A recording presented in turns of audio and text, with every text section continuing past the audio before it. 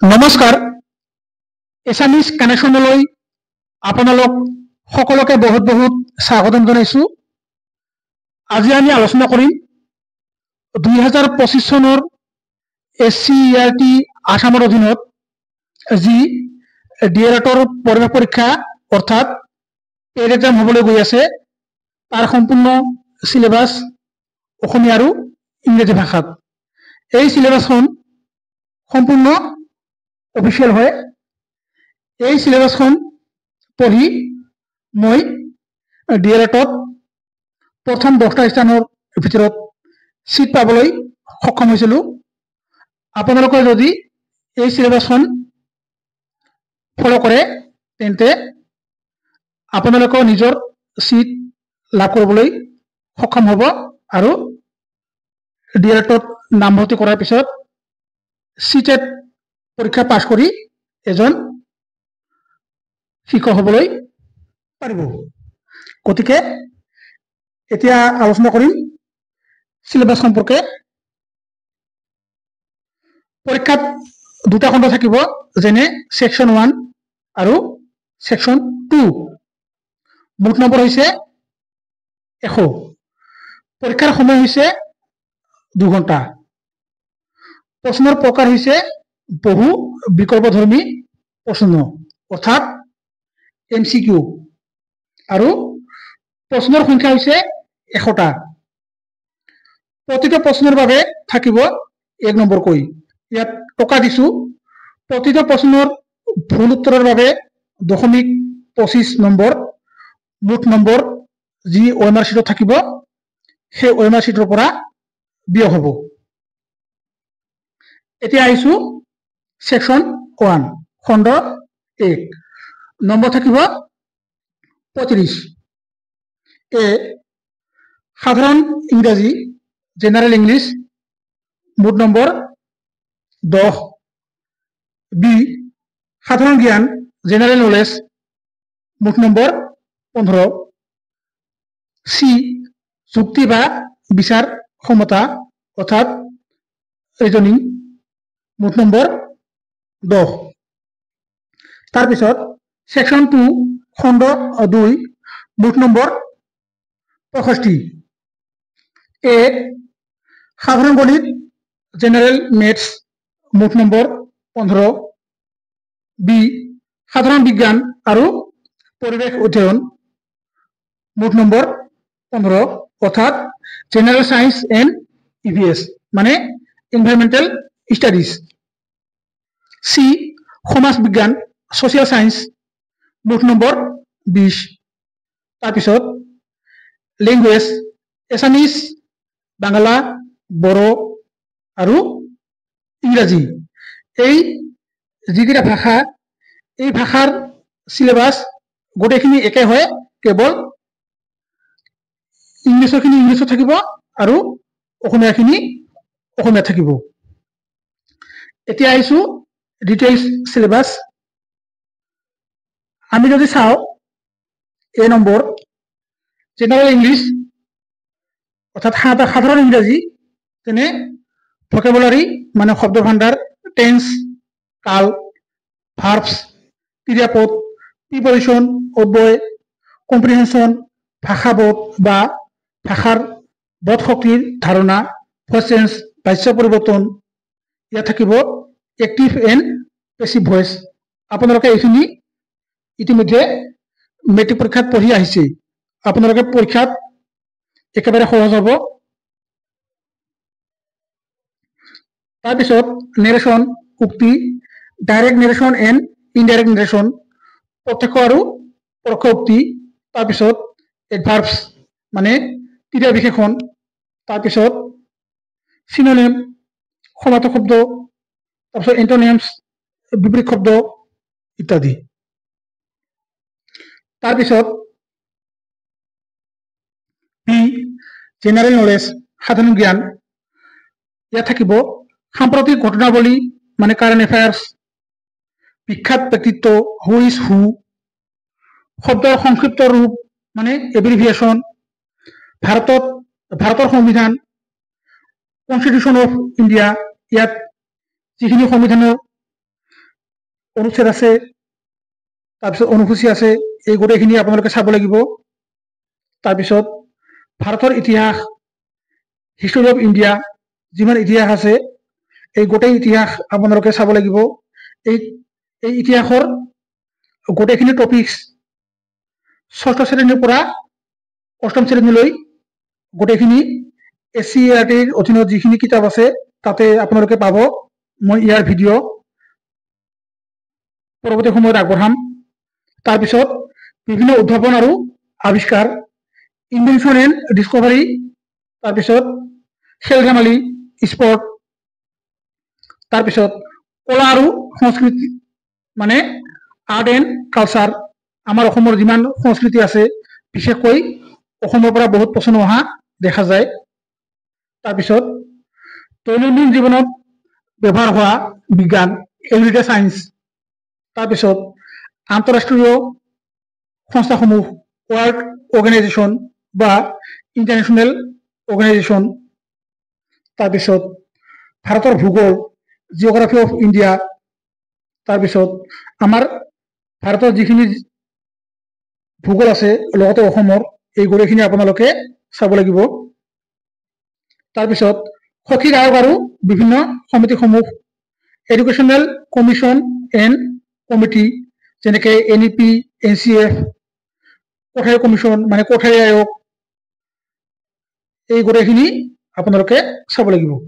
তাৰপিছত নতুন শৈক্ষিক পদক্ষেপ, নিউ এডুকেশ্যনেল ইনিচিয়েটিভ, তাৰপিছত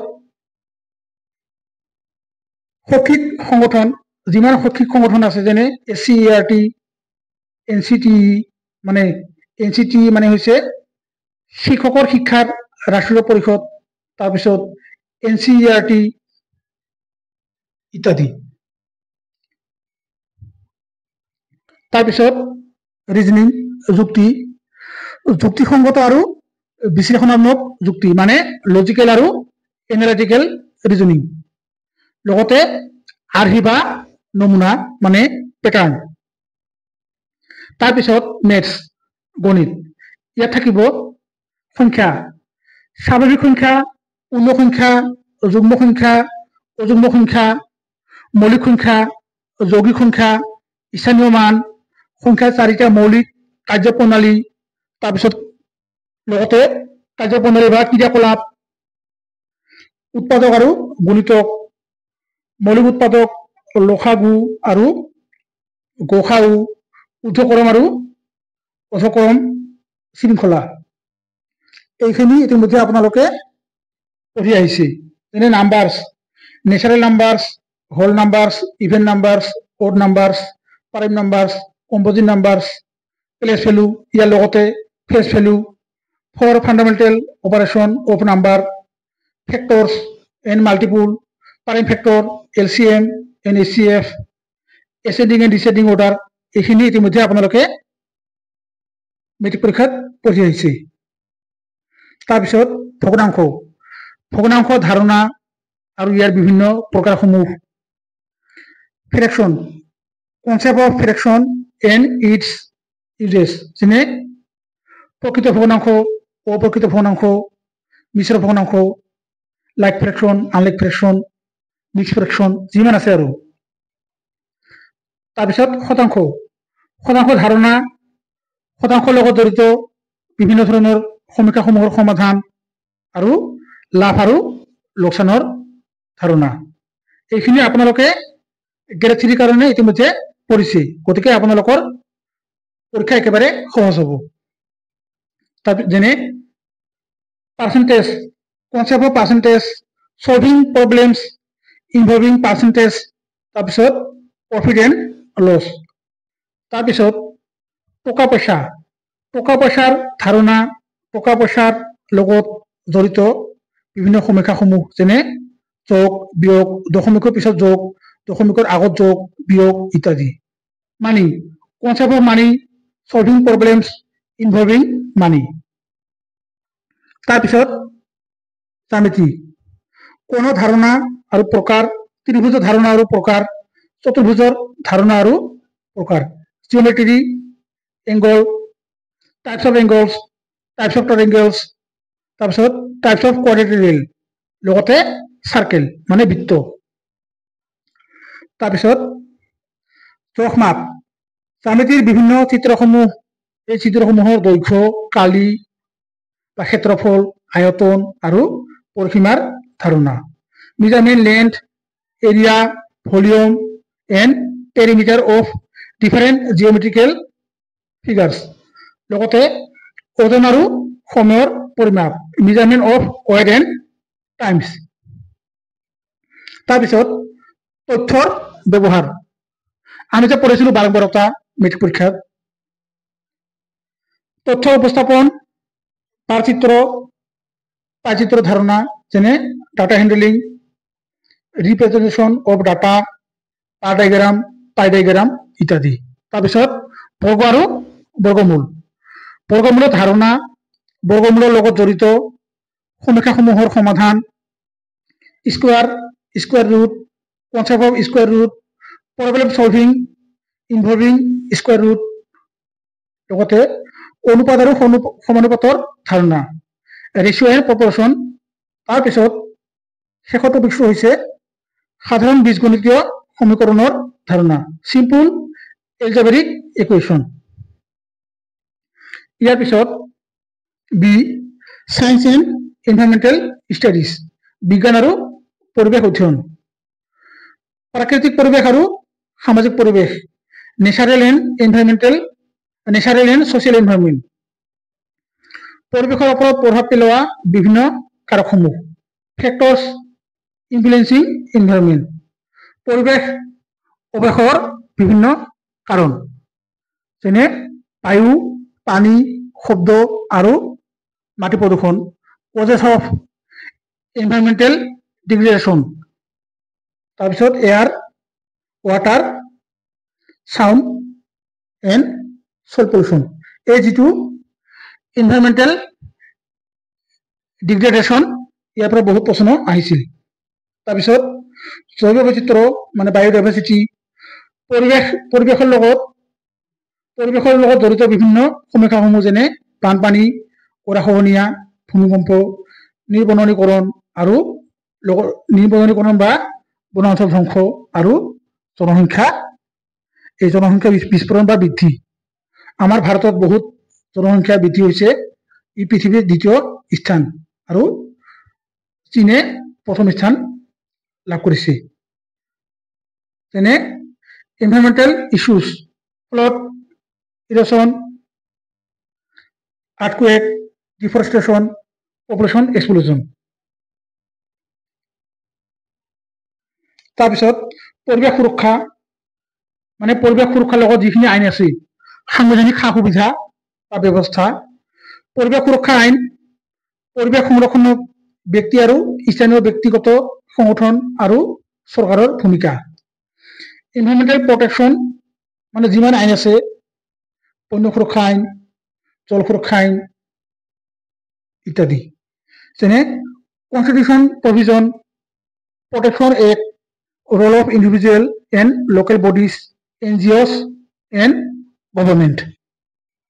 তাৰপিছত পদাৰ্থৰ অৱস্থা আৰু এইখিনি আহিছে বিজ্ঞান, পদাৰ্থৰ অৱস্থা আৰু বৈশিষ্ট্য, ভৌতিক আৰু ৰাসায়নিক পৰিৱৰ্তন, different states and characteristics of matters, physical and chemical change. এইখিনি ক্লাছ 6, 7, 8 আপোনালোকে লাভ কৰিব। তাৰপিছত ৰাসায়নিক বিক্ৰিয়া, কেমিকেল ৰিয়েকশ্যন, তাৰপিছত বল, শক্তি আৰু গতিৰ ধাৰণা, ফৰ্চ, এনাৰ্জি এণ্ড মোশ্যন, কোষ, উদ্ভিদ কোষ আৰু প্ৰাণী কোষ আৰু গঠন, cell, plant and animal cells and structure. তাৰপিছত উদ্ভিদৰ অভিযোজন, লগতে উদ্ভিদৰ প্ৰজনন, যেনে adaptation in plant and reproduction in plant, মানে উদ্ভিদে কেনেদৰে বংশবৃদ্ধি কৰে ইত্যাদি। তাৰপিছত অণুজীৱ, মাইক্ৰ অৰ্গেনিজিম। ইয়াৰ পিছত তাপ আৰু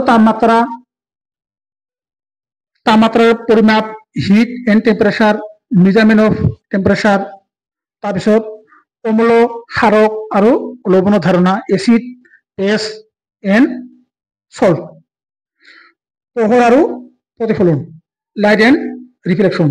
ইয়াৰ পৰা বহুতবাৰ প্ৰশ্ন আহিছিল, আপোনালোকে নোট কৰি ল'ব।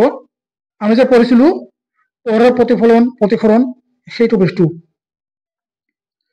তাৰপিছত বতৰ আৰু জলবায়ুৰ ধাৰণা, ৱেডাৰ এণ্ড ক্লাইমেট, লগতে জীৱদেহ আৰু উদ্ভিদৰ শ্বসন প্ৰক্ৰিয়া, respiration in organism and in plant.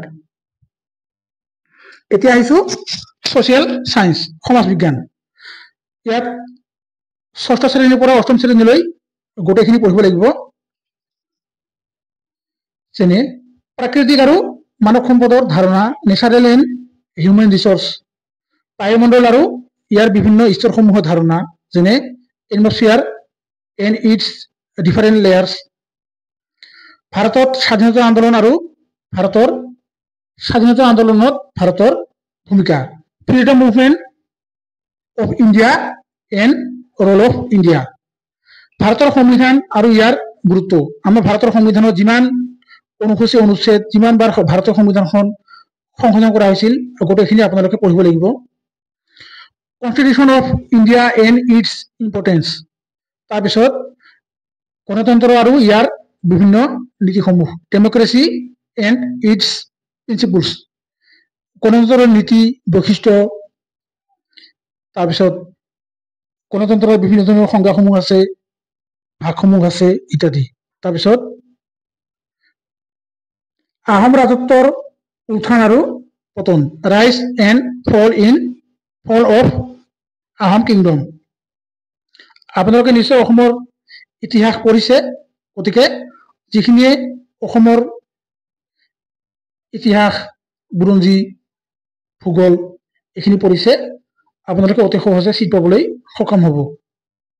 তাৰপিছত প্ৰাচীন নগৰীয়া সভ্যতা, এনিচিয়েণ্ট আৰবান চিভিলাইজেশ্যন, লগতে চৰকাৰ, ৰাজ্য চৰকাৰ আৰু কেন্দ্ৰীয় চৰকাৰ, গভৰ্ণমেণ্ট ষ্টেট এণ্ড চেণ্ট্ৰেল, যেনে ৰাজ্যসভা, লোকসভা, ৰাষ্ট্ৰপতি, ভাৰতীয় সংসদ, বিধানসভা যিমান আছে, ৰাজ্যসভাৰ সদস্য কিমান, লোকসভাৰ সদস্য কিমান, প্ৰধানমন্ত্ৰীক কোনে নিযুক্তি দিয়ে, মুখ্যমন্ত্ৰীক কোনে নিযুক্তি দিয়ে, উচ্চতম ন্যায়ালয়ৰ মুখ্য ন্যায়াধীশক কোনে নিযুক্তি দিয়ে, এনেকুৱা প্ৰশ্ন আহিছিল।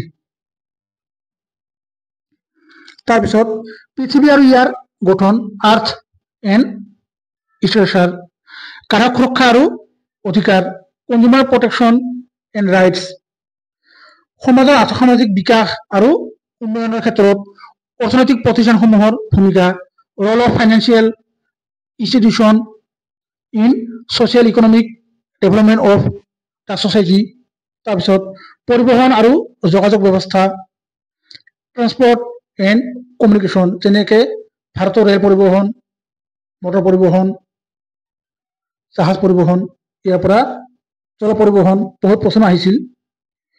কৃষি আৰু ঔদ্যোগিক বিকাশৰ ধাৰণা, এগ্ৰিকালচাৰেল এণ্ড ইণ্ডাষ্ট্ৰিয়েল ডেভেলপমেণ্ট, লগতে স্বাধীনতাৰ পিছত ভাৰতবৰ্ষ, মানে 1947 চনৰ পৰা বৰ্তমানলৈ, 1947 টু প্ৰেজেণ্ট, মানে ইণ্ডিয়া আফটাৰ ইণ্ডিপেণ্ডেঞ্চ। তাৰপিছত অসমৰ আৰ্থসামাজিক বিকাশ বা উন্নয়নত মধ্যযুগীয় প্ৰশাসকসকলৰ অৱদান, contribution of medieval administrator on socio' economic development in Assam.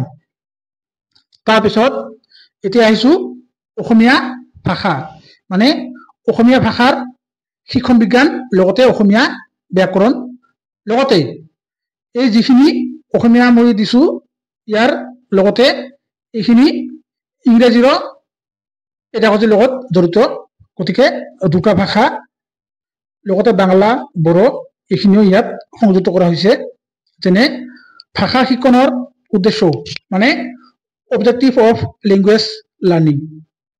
তাৰপিছত ভাষা শিক্ষণৰ গুৰুত্ব, ইম্পৰ্টেঞ্চ অফ লেংগুৱেজ লাৰ্ণিং, খণ্ডবাক্য আৰু জতুৱা ঠাঁচৰ প্ৰয়োগ, এপ্লিকেশ্যন অফ ইডিয়মছ এণ্ড ফ্ৰেছেছ। তাৰপিছত ভাষা শিকনৰ বিভিন্ন কৌশল, স্কিলছ অফ লেংগুৱেজ লাৰ্ণিং, যেনে শ্ৰৱণ, কথন, পঠন আৰু লিখন, listening, speaking, reading and writing. ইয়াৰো বহুতকেইটা উপভাগ আছে, এইখিনিও পিছত আলোচনা কৰিম। তাৰপিছত ভাষা শিকনৰ বিভিন্ন পদ্ধতি, মেথডছ অফ লেংগুৱেজ টিচিং, যেনেকৈ grammar translation method, audio' language method, direct method বা নেচাৰেল মেথড। ইয়াৰ পৰা বহুত প্ৰশ্ন আহিছিল, আমাৰ দিনতো আহিছিল। ঘৰুৱা ভাষা আৰু মাতৃভাষাৰ মাজত পাৰ্থক্য, মানে difference between home language and mother টাং। মাদাৰ টাঙক বহুকেইটা নামেৰে জনা যায়, কি যেনে local language, native language, first language ইত্যাদি। গতিকে এইখিনি আছিল আজিৰ ভিডিঅ'টিৰ মূল বিষয়। আশা কৰোঁ ভিডিঅ'টি চাই আপোনালোকে নিশ্চয় উপকৃত হ'ব। যদি ভিডিঅ'টি চাই ভাল পাইছে তেনেহ'লে চেনেলটি ছাবস্ক্ৰাইব কৰি আপোনালোকৰ যিখিনি বন্ধু বান্ধৱীয়ে DLED পৰীক্ষা, মানে DLEDৰ প্ৰৱেশ পৰীক্ষা দিব, সেই বন্ধু বান্ধৱীলৈ শ্বেয়াৰ কৰি দিব, কিয়নো ইয়াৰ পৰৱৰ্তী সময়ত 2016 চনৰ পৰা 2024 চনলৈ যিমান DLEDৰ প্ৰি এণ্ট্ৰি টেষ্ট হৈ গৈছিল তাৰ গোটেইখিনি প্ৰশ্ন কাকত আলোচনা কৰিম। লগতে SCERTৰ যিখিনি কণ্টেণ্ট প্লাছ পেডাগজি, লগতে অসমীয়া ব্যাকৰণ, ইংৰাজী ব্যাকৰণ, তাৰপিছত গণিতৰ গুৰুত্বপূৰ্ণ প্ৰশ্ন, লগতে কণ্টেণ্ট, এই গোটেইখিনি আলোচনা কৰিম। কিয়নো মই DLEDত চিট পোৱাৰ পিছত এইখন চিলেবাছ চিটেটৰ কাৰণে এতিয়া মানে ভিডিঅ' বনাই আছো। গতিকে আপোনালোকৰো বহুত উপকৃত হ'ব DLEDত চিট পোৱাৰ পিছত। গতিকে শেষত সকলোকে বহুত বহুত ধন্যবাদ। জয় অসম।